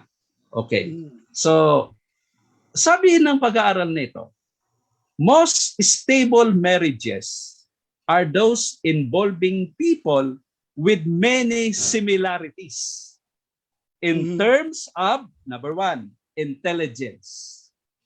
Number 2, faith, pananampalataya. 3, values, intimacy, interest, and expectation about roles. So dapat mas maganda po, similar po tayo sa mga bagay na yon. Lalo na po sa pananampalataya. Kasi po, pag magkaiba po kayo ng pananampalataya, katulad na nabanggit kanina ni Pastor Jeff, ang problema dito kung saan kayo magsisimba during Sunday.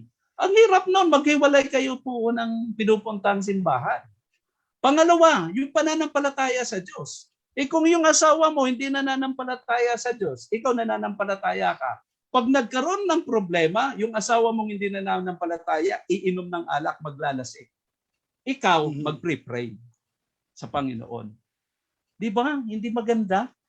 Pero kung the same kayo ng faith, the same kayo may takot sa Diyos, pares kayo nananampalataya sa Diyos, you are united together in prayer. Kahit may problema po kayo, masaya pa rin kayo kasi lahat kayo naniniwala, nagtitiwala sa Diyos. Napakalaking bagay po yan. Di ba? So, pati po yung values po natin, yung interest po natin, kung magkaiba po tayo ng expectations sa ating mga roles, napakahirap po. Talagang nandiyan po ang hiwalayan. So, make sure, therefore, that the person you marry is very similar to you. And therefore, marry a fellow believer. Marry a person of the same faith. Yan po ang advice ko. Lalo na po sa mga wala pang asawa at mag-aasawa pa lang, ito po ang huwag niyong kakalimutan. Sapagkat kung iba po ng pananampalataya pangangasawa po ninyo, that is now the sign or the beginning of your spiritual downfall sa iyo pong pananampalataya sa Diyos. Okay. Thank you very much, Attorney. No, sa akin po, gusto ko lang, we agreed together po, we were on the same page, no, na talagang yung sinabi nga na dapat the same faith tayo. No? Kaya lang, gusto ko lang pong sabihin yung mga malimit nating naririnig na dahilan. No, kung bakit parang sa iba okay lang na makipag-date sa sabihin natin sa hindi kaparehas ng pananampalataya. Sa case po natin, no, tayo po ay evangelical pastors, no. Ang ano po natin is yung iba po ang sinasabi nila, pastor, gagawin naman namin para makristyano, no? Kikristyanuhin namin. Yung po yung malimit na naririnig, no. Maaari pong possible yun, pwede po yun, no? Pero minsan nakakalimutan na mas madali pong humatak pababa kaysa humatak po pataas. No? Mas mahirap na mahatak mo siya pataas. Mas madali na ikaw ay mahatak niya pababa. No? Ngayon, yung iba pong naririnig natin, may mga kilala tayo. Pastor, ako nga. Pastor pa yun ang pangasawa ko. Pero we ended up na nagkahiwalay. No? So mga valid, mga realities yan. No? So parang dahil sa pangyayari na yon, hindi okay. No, para bagang hindi natin masasabi na okay na dapat talagang with the same faith, no? With the same argument, sinasabi ko, yun nga ang mahirap eh. Parehas mo na nga ng pananampalataya, no? Nagkakaganyan pa, how much more yung hindi? Di mas mataas yung possibility, no? So again, sa akin po, mas mainam na mas mainam na una, of course, ipag-pray, no? Tapos yun nga, parang with the same faith, no? Bible believing, no? Kasi mas yung mga similarities, no? nasa atin. No? So ako, yun po yung masasabi ko, for me, hangga't maaaring iwasan at hindi talaga, no? Sige po, Pastor Jeff. Yan, napakaliwanag na po nun sa ating mga viewers. Kung meron diyang dalaga, binata, nagpaplano magpakasal. So, maghanap kayo ng ng kaparehas nyo ng pananampalataya. No? Lalo na, wag lang kung hindi God-fearing pa. Di ba? Iba yung may takot talaga sa Diyos. Kasi, una, pag ikaw lang ang mahal niyan at hindi ang Diyos, delikado yan. Pero kung unang mahal niyan ay Diyos, siguradong mamahalin ka ng totoo niya. Dahil yun ang number one sa buhay niya. So, may isa pang tanong. Pwede pa ba? May pa ba? Sige po, Sige po. isa pa bago tayo magbigay ng ating mga huling pananalita. So, basahin ko lang muna, Pastor Jeff, ito. Sige po. Ayon kay Rebecca Sorosa, tama po. No? So, mayroon pong mag-agree po sa atin. Doon po sa ating mga sagot. Oo. Okay. Sige, Pastor Jeff, ano po yung tanong natin na yun? O yan. Ang tanong is, ikakasal sila ng girlfriend niya. Ayan, magpapakasal sila ng girlfriend niya. Plano sila magpakasal. But we had been living together as husband and wife. So, nagli-live-in na sila for almost 6 years now. And both of them are still single. So, kailangan pa ba nila mag-apply ng marriage license? Totoo po ba yun? Tama po ba yun? Okay.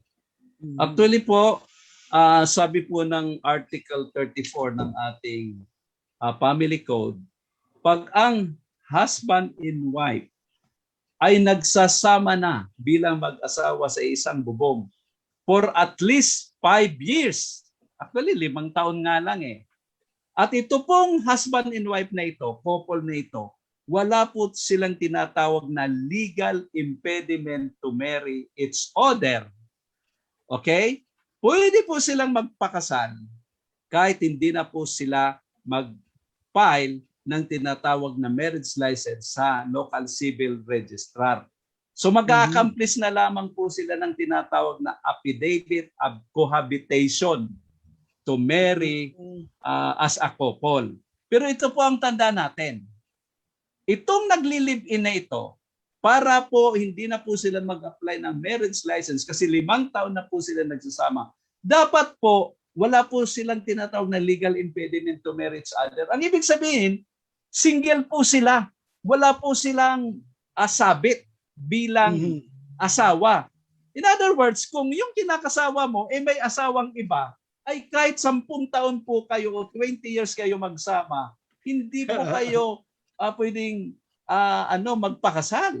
Dahil mayroon po siyang asawa. Okay? So, pangalawa, halimbawa, yung pinakasalan mo, during that 5-year period, minor pa siya. Okay? 3 years lang po na siya po ay naging of legal age, hindi pa rin po pwede. Kasi yung without legal impediment, ang ibig sabihin po, pwede na po siyang mag-asawa at that time, wala po siyang sabit, yun nga lang, hindi po sila nagpakasal kagad, nag-live-in po muna sila. After 5 years, pwede na po silang magpakasal na hindi po sila nag-apply ng tinatawag na marriage license. So, ang bilang attorney ay pagdating ng 18 years old? 18 years old, yes. So, dapat yung babae o lalaki, dapat 18 years old na siya at that time. So mag-count ka po ng 5 years doon. So 18, 19, 20, 21, 22, 23. O mga 23 years old or 24 years old, gusto na nila mag-asawa, pwede po silang hindi na mag-apply ng marriage license, mag-execute na lang po sila ng affidavit of cohabitation to marry each other. Paano, attorney, kung ganito po? 18 years old po, gusto ng pakasalan ng lalaki yung babae. Kaya lang, yung mga magulang ayaw. No, ayaw 18 years old. 18 years old na po. So may capacity in legal age na po to contract legal marriage age na po yan. Pero may kaya lang ayaw sa family code. Di ba hinihingian po ng hinihingian po ng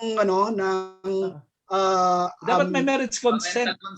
Parental consent pala. Ayaw between 18 to 21. Opo, ayaw magbigay ng mga magulang. So ang ginawa nito, para matakas, nagsama na sila. Okay. So, nung nagsama sila, pagdating po ng 23, magpapakasal na yung babae. kahit na po ba hindi na sila kumuha ng marriage license noon? Hindi na po. Opo. Hindi na po nila kailangan.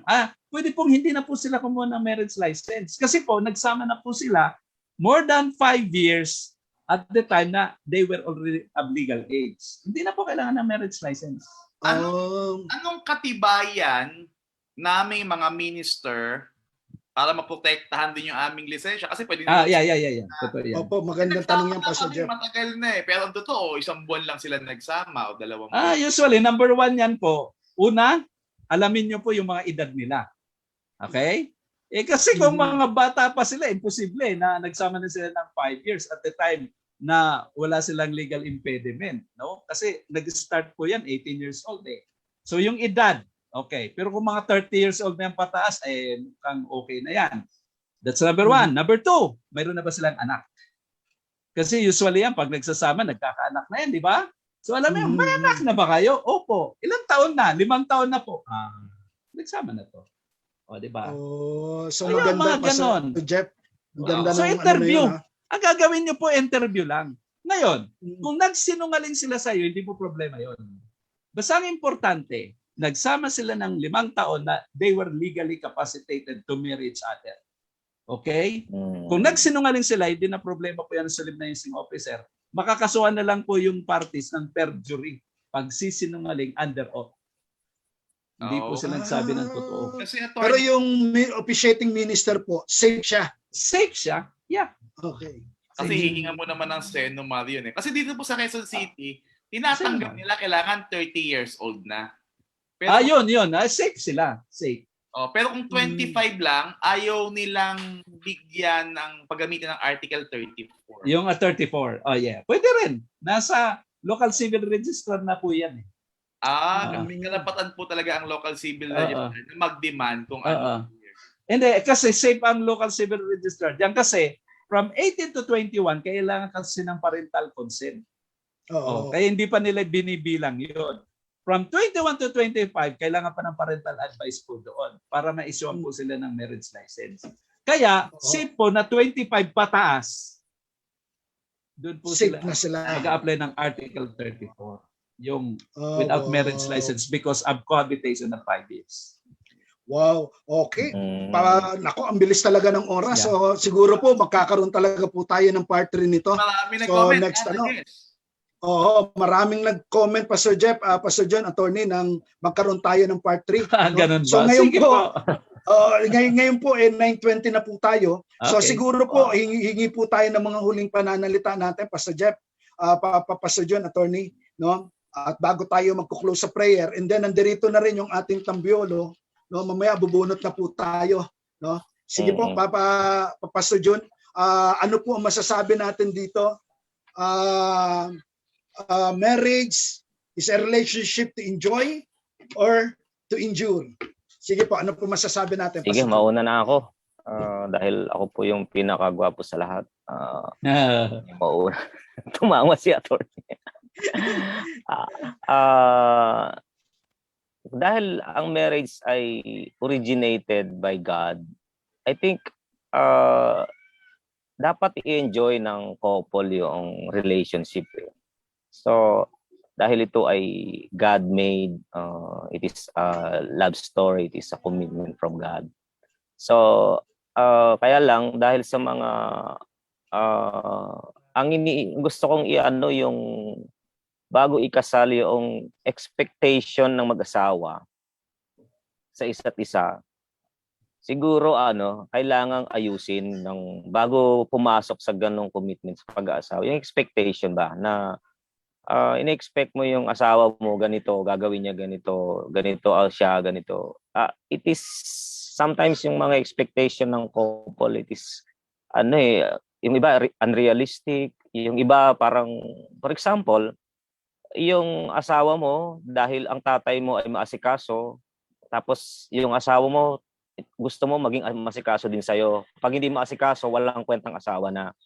Kung dahil lang magulang mo, ang nanay mo magaling magluto, gusto mo yung asawa mo, magaling din magluto, kaya pag hindi marunong magluto yung asawa mo, parang frustrated ka na. So, bakit? Kasi yung expectation nyo sa asawa ninyo, baka masyadong mataas o masyadong unrealistic. So, God, tayo, sabi ng Bible, tinanggap tayo ng Diyos, namatay si Kristo nung tayo makasalanan pa.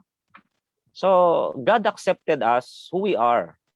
So, sa love ng marriage, sa pag-aasawa, we need to bear in mind yung ang pag-aasawa ay hindi yan lamang enjoyment ng sarili mo. Enjoyment yan ninyong mag-asawa. So, not only think of yourself expecting so much to your husband or your wife, but to accept him or her as who we are as created by God, accepting na siya ay kailangan pang ayusin ng Panginoon. And then, I believe, by the grace of God, we will enjoy. You will enjoy the relationship instead of enduring. Ayun. Salamat po ng marami, Pastor Jun. Medyo na-unmute na ni Pastor Val. So ako naman, sa ating parting words, ulitin ko, no? God is the inventor of marriage. Walang iba nagpasimula nito kung hindi ang Diyos mismo. And it requires love, it requires commitment, it requires adjustment, forgiveness, truthfulness, and grace. Kaya yung ating title, marriage is to enjoy or endure. Siguro palitan ko yung conjunction na or, gawin kong end. Kasi wala namang perfectong kasal. Wala namang perfectong pag-aasawa. Laging may endurement yan. And you need to enjoy even in that endurement. Kasi nga, ang view ng Diyos, for us not to diminish, but for us to flourish. Ang isang halaman na para mag-flourish, kailangan din ng pruning. No, may endurance din na kailangan gawin. Ang isang athlete, kaya nga nakaginto ang ating bansang Pilipinas. Shout out kay Heidi Lynn Diaz, my friend. At sa mga atletang Pilipino, hindi lang sila nag-enjoy na natuwa. Walang natuwa ng training. Lahat yan nag-endure. So sa isang successful marriage, you need also to endure. No, sa mga kabataan na nagpaplano magpakasal ngayon, kumuha kayo ng marriage counselor. Magpa-counsel kayo. Kasi sabi nga ni Pastor Jun kanina, expectation over reality. Hindi totoo yung I woke up like this na ang ganda-ganda naka-makeup na. Walang ganon. Yung hininga niyan, amoy imburnal din sa umaga. At vice versa naman. At sa may mga asawa naman, dalawang bagay ang kailangan natin. Kung kayo ay kasal na, kung kayo ay matagal nagsasama, lagi yung tandaan yung dalawang batas sa Ephesians. Ano ang sabi ng Ephesians, trabaho ng lalaki at babae. Ephesians chapter nawala ako. Chapter 5 na man, love your wife. And wife, submit to your husband. Sa lalaki, mahalin mo ang asawa mo. Ang pagmamahal ay may kasamang understanding. Ang pagmamahal ay may kasamang adjustment. No? Mahirap intindihin ng babae.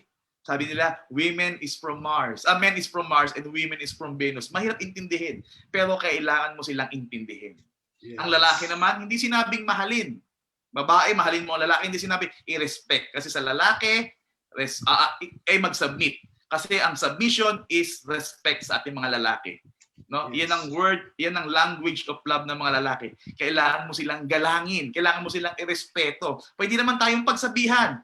Pero sa loob na lang ng kwarto. So sa mag-asawa, of course, you need to enjoy you need to endure and enjoy your marriage. So I hope meron pa tong part 3. Ang saya-saya ho nito, hindi pa tayo tapos. Pastor Val, thank you so much po. Yes, thank you very much, Pastor Jeff. Thank you very much, Pastor John. Attorney, for words.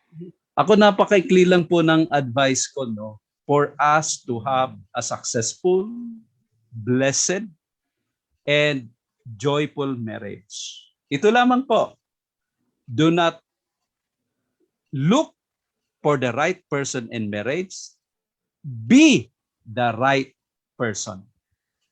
Kasi alam niyo po, ang problema talaga sa kasal. Lagi nating nakikita yung masamang ugali o mali ng ating asawa. Hindi po natin tinitingnan, baka tayo rin po ay mayroong pagkakamali na dapat baguhin. Kaya yung marriage ay hindi nag-work. Di ba? be the right person. Kasi po, kung ipapakita nyo po ang maganda pong asal, pagkikare, pagmamahal sa inyong asawa, alam ko po na ang inyong pagsasama ay matagal, wagas, until death po yan. Do us part. Ika nga. So God bless you. Thank you very much, Attorney. Ako naman po, para sa huling pananalita, no, babalikan ko lang po yung ating topic, yung ating tanong. Marriage is a relationship to enjoy or to endure. No? Ako po, marriage is both to enjoy and to endure. Bago po kami ikasal noon, 2002 I think, no, 2002, yung isa po sa aming mga ninong, ang sinabi niya sa amin, alalahanin mo sa iyong pag-aasawa, kung noon, no, kung noon, nung kayo ay mag-sweetheart pa lamang, maaaring dilat yung dalawang mata, bukas yung dalawang mata mo, o maaaring sarado naman ang yung dalawang mata. Bukas na nakikita mo lang puro yung maganda. Sarado kasi hindi mo tinitingnan yung pangit. No? Pero ngayon pag ikaw ay mag-asawa na, no, ipikit mo yung isang mata at idilat mo yung isang mata. No? Yung isang mata, ito siguro yung pumapasok doon sa enjoy. No? May mga bagay na marami tayong pwedeng i-enjoy in our marriage. Ito po yung sinabi ko kanina, that falling in love with our spouse every day. No? But of course, very ideal yan, very idealistic yan. No? There are times na darating sa ating mga buhay, sa ating buhay pang mag-asawa, na we need to close yung ating mata. I-close natin doon sa mga pangit. At yun naman po yung part ng endure. That we need to stand in love with our spouse. No? Yung kumbaga we decided whatever happened, no, to stand in love. No? Of course, again, sinabi nga natin kanina, mangyayari yan because of the grace of God. Ang bottom line palagi, in order for us to marriage, to enjoy and to endure, we need to put God bilang third party ng ating relationship, ng ating marriage. No? Kaya again, marriage is both to enjoy and to endure by the grace of God. Sige po, bago tayo pumunta sa ating let's pray. Mag-pray po muna tayo. Salamat Panginoon sa gabing ito. Kami po ay nagpapasalamat at nagpupuri. Ama, alam po namin maaaring may mga nanonood sa amin ngayon na nasa dulo na ng kanilang pagsasama bilang mag-asawa. Dalangin ko, Diyos, na inyo pong you ordain marriage to enjoy. But because of sin, Panginoon, because yung aming mga kakulangan, yung aming sinful nature, nagkaroon po ng pagkakataon na maaaring kami po ay hindi nagiging matapat. Hindi po kami, Panginoon, nagiging totoo. May mga pagkakataon sa aming buhay. Dalangin ko, Panginoon, sa mga sandaling gaya nito, ang inyo pong grasya, ang inyo pong biyaya, ang siyang sumama po sa amin. Makita namin, Panginoon, ang mabubuting bagay na ginagawa po ng aming mga asawa. At tulungan namin ang bawat isa sa bawat kahinaan, Panginoon. Sa kahinaan ng aming asawa, kami po ang maging kalakasan. Sa panahon ng aming panghihina, maging kalakasan namin, Panginoon, ang aming mga asawa. Dahil po sa biyaya ninyo. Ama, salamat po. Pinapupurihan ka po namin at pinapasalamatan. Salamat po, dakilang Diyos, sa pangalan ni Jesus. Amen. Amen. Amen. Amen. Amen. Okay, maraming bless salamat you. po, Attorney. God bless you po. Yes, good Pastor night John. to Okay, everyone. good night po. Good night Thank po. you. Sige, okay. Sige po. Okay. Sige, bye. Pwede na Bubunot siguro lamang si po ako. Okay. Attorney. At Attorney, okay na po. Kapag Okay. po. Sige po. Apa. Thank you very much po. Next Thank next you week po, po, God next bless. Sunday. Okay. Sige, okay. Bubunot na po tayo. Kailangan nandyan pa rin po kayo. No? Kailangan may sharer buds, ha? May sharer Okay. badge. Pagka walang sharer badge to, nako. At pag wala Sayang. na, hindi na pwede, no? Oo, kailangan nandirito pa rin. Ano na lang, 23 na lang tayo ngayon. No, kailangan nandirito pa rin ha. Kanina, Ayan ha. Pastor Jeff, nakikita mo walang laman yan ha. wala. Wala. Sige, bubo na tayo. Malinis. Okay. Malinis yan. Okay. Tingnan po natin. Ang nanalo, Ang nanalo po ay, I see. sino po yan? Nakikita po ba? Hindi po. San Juan. Eliza Liza San Juan. San Juan. Okay. Eliza Shout out. San Juan. O, Okay, Eliza. shoutout po. Kung Sige, nandyan po kayo, magbibigay po tayo ng 125. 50. O, wala. Next. Ayaw ko- Sige. Pastor Jun, ikaw muna bumilang. Wala si Ate Ganda eh. Wala si Ate Watching Ganda. daw, watching Oo. naman si Ate Ganda. I'm here, Oh, sabi niya. I'm here. I'm here. Sabi niya ganun. Nandun pala. Okay, count. Count. Pastor Jun, count 1 to Anong 10. pangalan niya? Jess Eliza Eliza San Juan. San Juan. Oh, still Oo, watching. sige. O, kapag kakilala kayo, pabalikin niyo po siya. Okay, 10, Oo. 10. 8, Okay. 6, 5, 4, 3, 2, 1. Okay, sige. So, ito na. Okay, Sayang buwan na tayo naman. uli. Okay. Baka mabunot daw siya, walang share. Walang share. Yung mama Nagbibilang niya, si yung mama Ate niya. Ganda. Okay. Ito po. Nabunot ko. Okay, sino po ito? Oh, Divina. Giselle, kanina pa ano yan. Giselle. Kanina pa Okay. nagko-comment. Sige. Giselle Divina. No? Giselle Divina. Oo. Okay. So, comment. Okay, ano na po tayo? Countdown tayo. No? Teka, medyo may konting delay sa video eh. No? May... Oo, kaya nga, Oh, may delay nga. gawin na natin 15 seconds siguro. Pastor Yan. Jet. Oo, sige, Pastor. Okay. 15 seconds. Sige, kasi mga 10 seconds lang naman ang ano. Okay, countdown tayo. Pastor Jun. Okay, 10, 9, Yan. 8, 7, 6, 5, 4, 3, 2, 2.5, Sige. 1.5. Ayun, loading po. One. Kaya loading ho. Mabuti Loading, na ano loading siya. na. O, sige, another at least 5, nandun na. Okay. Hindi, 4. nakapasok naman na siya, Pastor Jun. Ayan, Nag-comment loading na. na. Pasok na. Okay na. Pasok na, okay. Ayun na. So, Hindi unang ko nanalo. Sa akin, Sige. hindi ko makita yung mga comments. Sige. Buna tayo uli. Okay. Next. Next. Sige. Okay. Sino ito? Sana daw manalo si Pastor Anton. Yan. Sino ito? Belinda Vista. Vista Okabe. Okabe. Ba si Ate Len? Ate Okay, Len yan. oh. Oy, nanalo si Ate sige. Len. Ate Len. Okay. Sige. Nag-comment na ba Nauna siya? pa yung nag-congrats eh. Nauna pa yung nag-congrats. Una Oh, ba yan? kailangan Okay. mag-comment ha. Mag-comment. Countdown tayo. Pastor Jun. Ay, nag-comment na kanina. Ito present po. Okay. So Oh. present po. Okay. Okay. Sige. Ilan na? Ilan na yan? Pag ilan na yun? Dalawa na. Dalawa na. Okay. Oo, nakatutok yan. Sige. Ito, last. Okay. Anton Nuki Jr. Okay. Sige. Sino to? Ayun na. Jeffrey De Leon.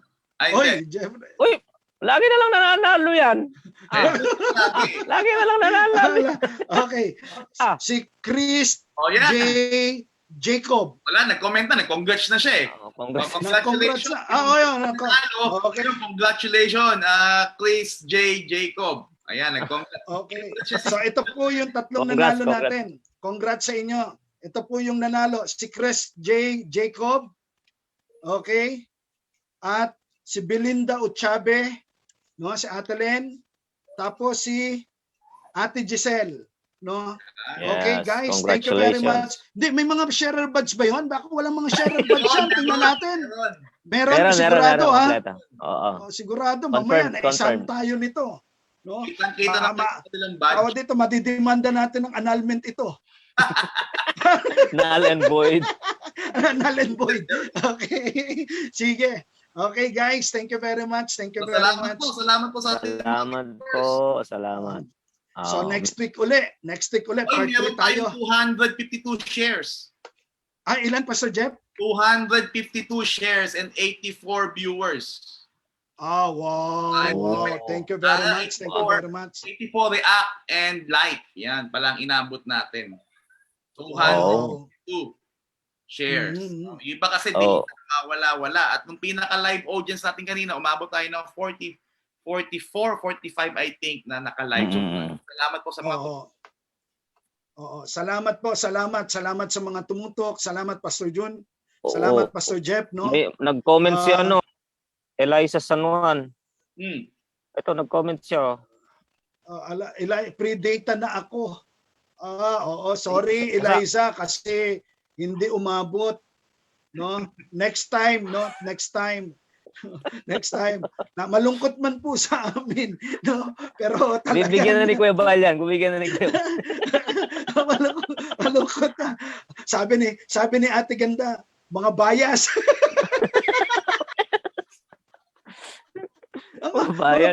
Mga bias daw tayo magbilang, ang bilis daw. Hindi kami nabunot. Ay, Thank you sa pagbasa. Okay. So thank you very much po sa mga friends namin dyan, sa mga kasama namin. Thank you po. Thank you po. Good night. No? Thank you very much kay Attorney na lagi natin nakakasama. No? Salamat.